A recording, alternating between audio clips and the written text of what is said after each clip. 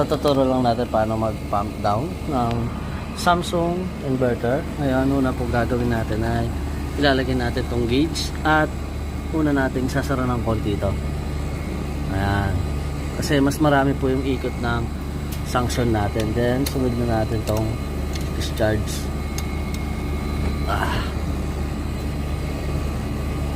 Siyempre, habang sinasara natin yan, dapat may nakaabang dun sa loob na magsasara.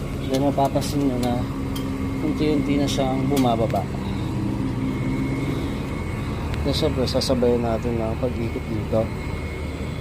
Ayan, dapat kahit hindi sakto-sakto sa zero. Then pagda. Ayun, so ganun lang po mag-pump down.